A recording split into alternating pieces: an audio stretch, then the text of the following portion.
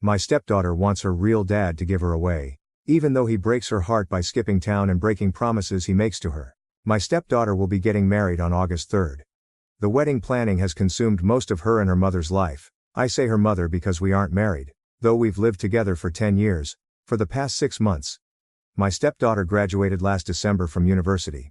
I paid for her to go to college, though it was a state school, it still ran $40,000. She does not have a job and has been living with us for the duration of her college career and since her graduation. I also bought her a car to get back and forth from school when she finished high school. From time to time her deadbeat father would pop into her life and she would fawn all over him. Although he has not contributed a cent to her education or paid any child support, though that is my girlfriend's fault as CS was not part of the settlement, she still loves him and wants him in her life. He stays long enough to break her heart by skipping town and breaking some promise that he made her. The wedding venue holds 250 people max. I gave them a list of 20 people that I wanted invited, since I was paying for everything. They told me that was no problem and they'd take care of it. So I let these people know they'd be getting an invite and they should save the date. Saturday, I saw one of my friends on this list at the golf course and asked if he was coming. He told me that he wasn't invited. He told me that he got an announcement, but not an invitation. He had it in his back seat, along with probably 6 months of mail, and showed it to me. Sure enough, it was just an announcement, and my name was nowhere on it. It had her dad's name and her mom's name and not mine. This led to a pretty big fight with my girlfriend, as I found out that none of my list of 20 made the cut for the final guest list because 250 people is very tight. I was pissed, but not a hell of a lot I could do because the important people in my life had already been offended. My girlfriend said, if some people didn't RSVP yes, I might be able to get a couple people in. But that is an ultimate slap in the face in my opinion. So, I was boiling on Saturday. Yesterday we had a Sunday dinner with the future in-laws family and us and a surprise guest, the real dad. At this little dinner my stepdaughter announced that her real dad was going to be able to make it to her wedding and that now he'd be able to give her away. This was greeted with a chorus of, "Oh how great and how wonderfuls." I don't think I have ever felt so angry and so disrespected. I was shaking. I took a few seconds to gather my composure because I honestly wasn't sure if I would cry or start throwing punches or both. Once I was sure I'd be able to speak, I got up from my chair and said I'd like to make a toast. I can't remember exactly what I said, but the gist of it was this. I'd like to make a toast.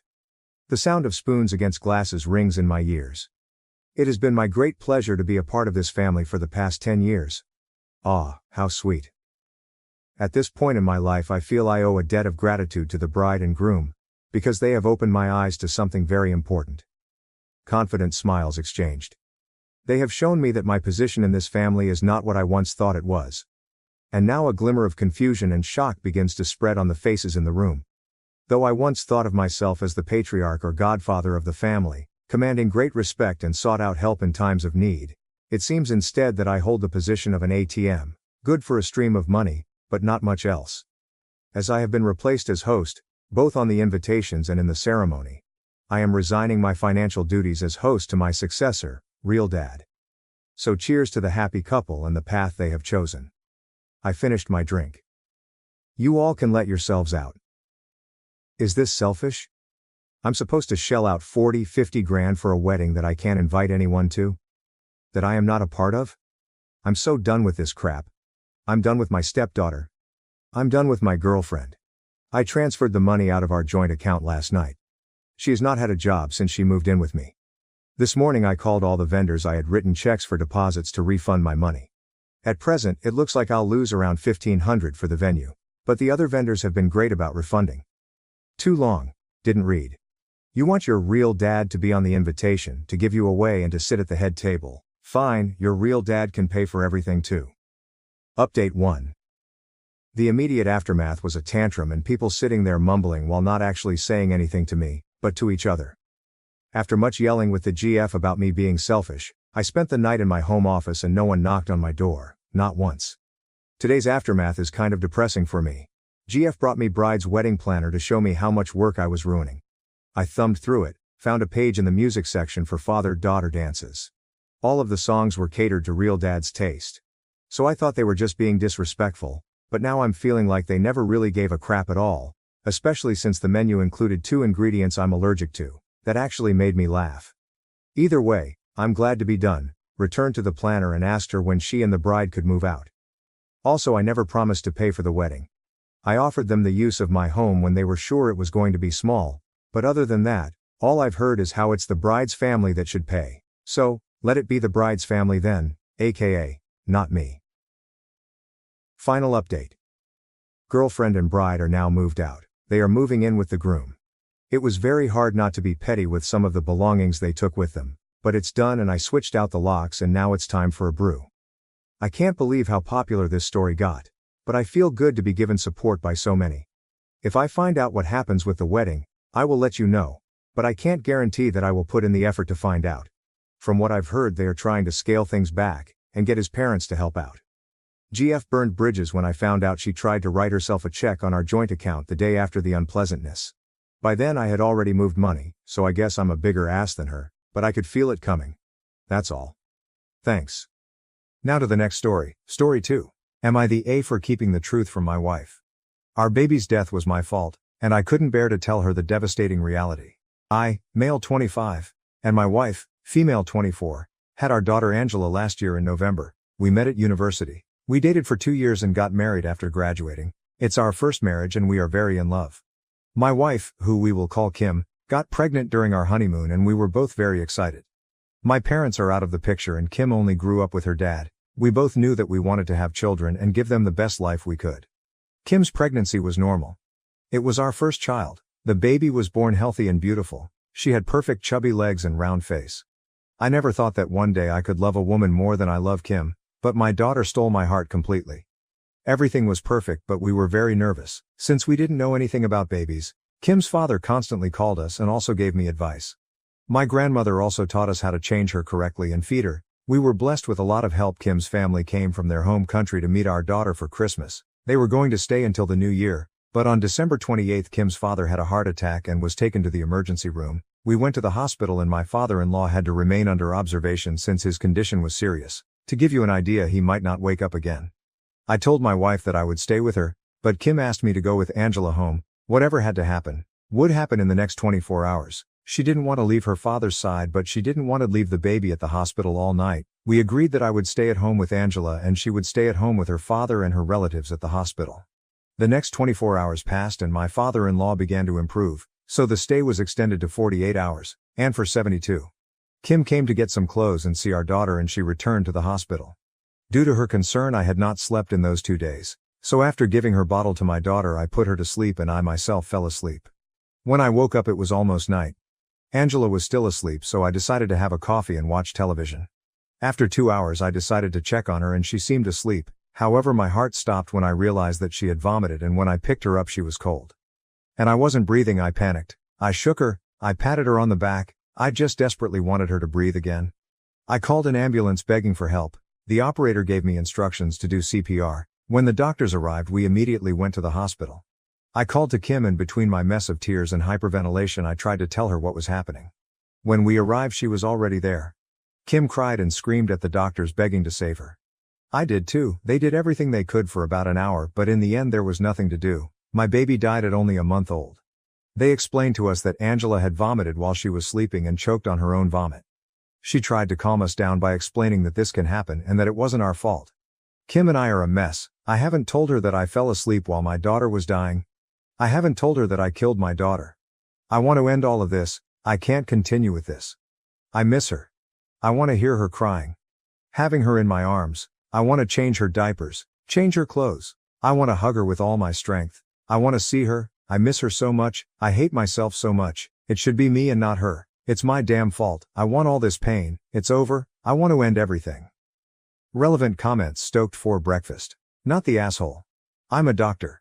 This does happen. Not just to children but also to old adults who aren't able to adequately manage their own secretions, etc.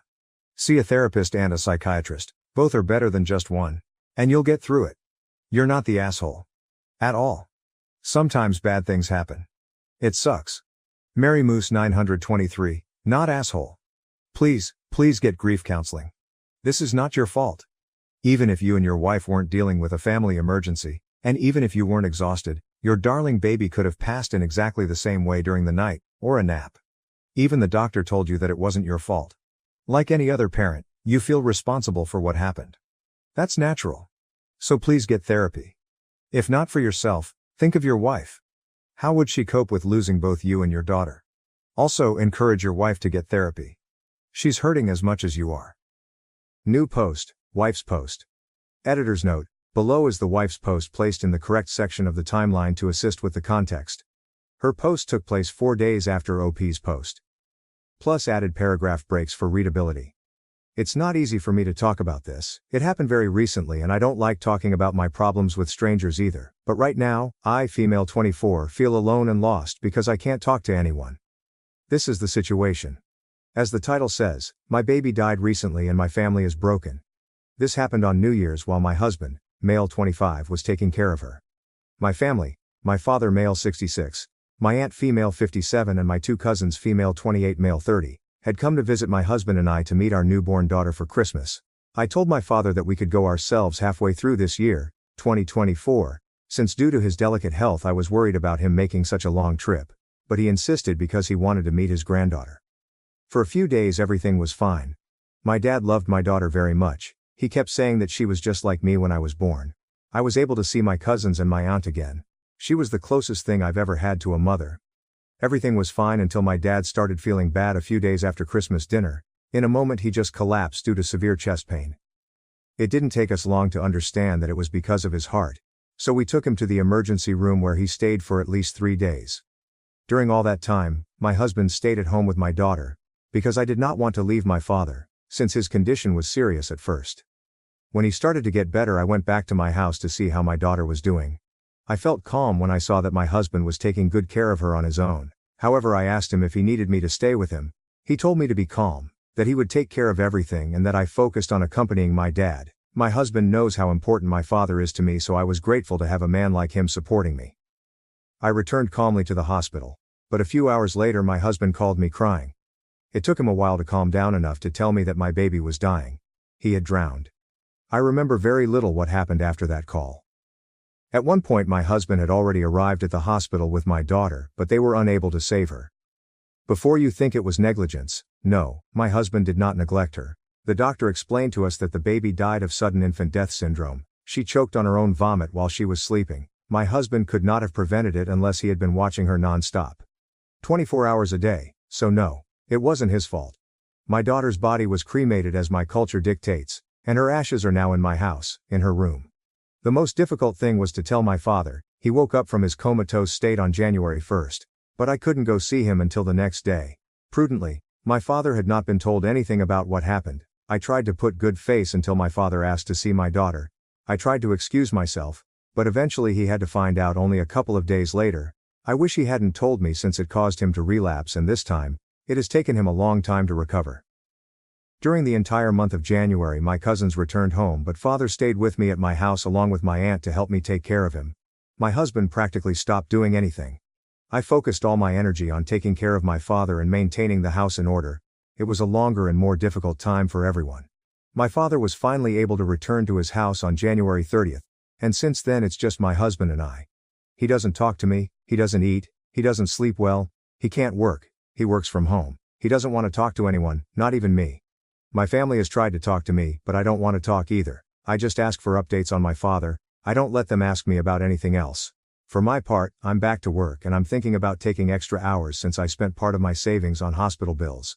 But I really want to get away from my house. I feel like I'm suffocating there. I can't get into my baby's room without crying. My husband, for his part, spends most of his day there. I don't know what to do. I cry to my baby every night. I cry into his clothes, his stuffed animals, his blankets, until I fall asleep. Now I'm eating twice as much. I devour the portions that my husband doesn't want, and I keep asking for more. The house is a disaster. I feel like we are both dying and we are doing nothing to prevent it. Relevant comments leader_inside. I think you need to read this. It sounds like your husband posted it a few days ago. It was deleted, but I found the post on Reddit. I'm so unbelievably sorry for your loss. I'm 34 weeks pregnant with a baby girl right now. I read the other post shortly after it was posted and haven't stopped thinking about your family. Please consider getting professional help for yourself and your husband if you can get him to agree. If you ever want to scream into a void who will just listen, please feel free to DM me. I'm praying for peace and healing for your family. And again, I'm so sorry for your loss. Edit to add, not the a wife. My God, it's him. I have to talk with him big_fly_1561. I'm so sorry I can even be able to imagine the pain and heartbreak. Just take it 1 hour at a time, 1 day at a time. Anytime you can do something for yourself, do it, but the main thing is to focus on working through the grief. When you are ready to talk, I would suggest you and your husband do both individual counseling and marriage counseling. A loss like this is incredibly hard on both of you individually and as a couple. Try not to lose your husband or yourself. This wasn't anyone's fault, and I hope in time you and your husband can work through the grief and pain and find joy in life once more. My heart goes out to you. The fact that you're even here expressing this story shows how strong you are. Wife. Thank you very much. I don't want to lose my marriage. We haven't talked about divorce. Actually, we haven't talked at all. I know we need therapy. Thank you for your words. Update. Hello. Am I the A? I came here a few months ago to vent about the loss of my daughter. To be honest, I didn't see the post until a week later and I saw that my account was suspended. It's not important since it was just a discard account.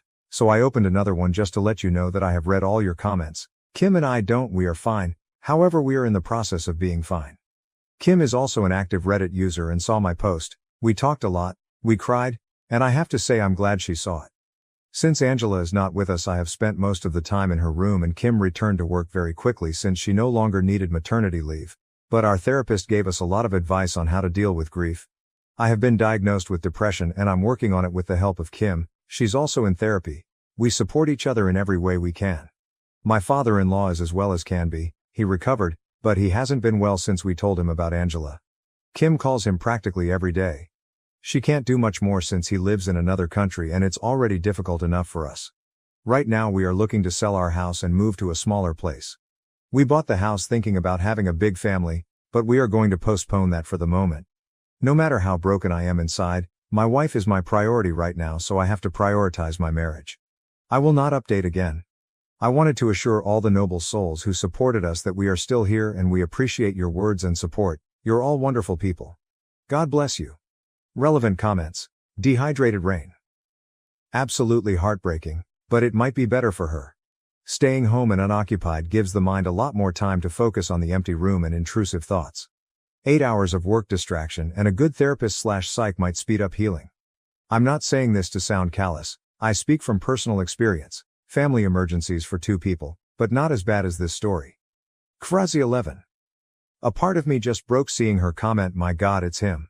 2 parents grieve the loss of their newborn baby. Neither can handle that grief and are rapidly slipping away, and they're both so hurt that they can't even talk to each other about it due to all the guilt and heartbreak.